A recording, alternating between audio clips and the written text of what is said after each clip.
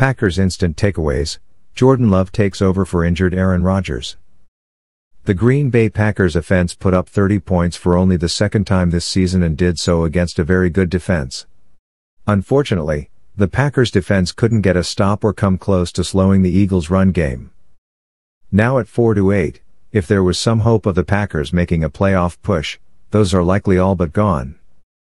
As I do after every Packers game, here are my instant takeaways from their performance.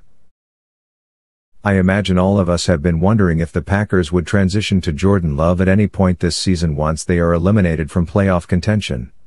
Aaron Rodgers had been playing through a thumb injury, but his latest injury may not give Green Bay much of a choice. It was a small sample size, but Love looked confident. He was letting it rip, went through his progressions, extended plays, and had a few impressive tosses. An encouraging performance. Granted, the Eagles' offense makes a lot of defenses look bad, but my goodness, the Packers looked completely unprepared. Did they know that the Eagles are a run-heavy team? Green Bay had no answers for Miles Sanders and Jalen Hurts.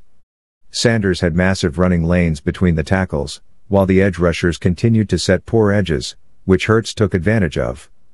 Key Walker was used as a spy at times, but it either wasn't enough, or he was ineffective at it. On top of that, it's not as if Green Bay slowed the passing game, either. The Packers' cornerbacks, especially Rasul Douglas, and the safeties had rough performances as well. More missed tackles by Green Bay. A lot of missed tackles. Third downs on both sides of the ball were awful. The offense couldn't convert any, while the defense did well at creating several third and long situations, but it didn't much matter as they couldn't get off the field. Joe Barry wasn't good, but neither were the players. Darnell Savage left early with a foot injury, but before that, he was not among the starters. In the Packers' nickel formation, it was Rudy Ford and Adrian Amos-Deep, with Kayshawn Nixon in the slot.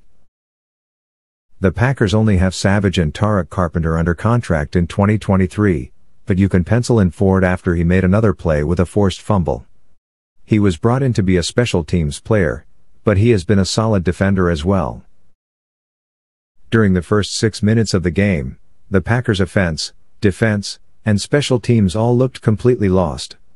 Credit to Green Bay for continuing to fight and making this game competitive. It could have been very easy to just give in.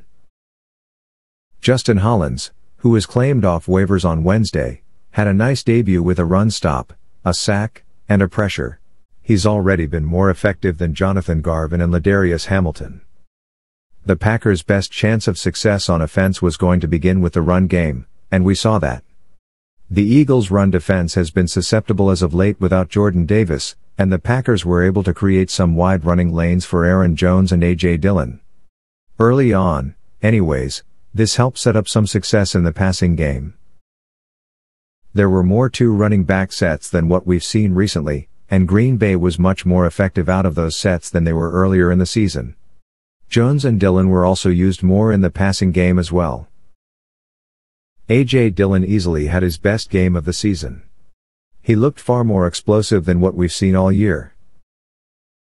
Here's a stat for you from Rob Demovsky. The Packers' defense has allowed 60 points this season in the final 2 minutes before halftime. The most in the NFL.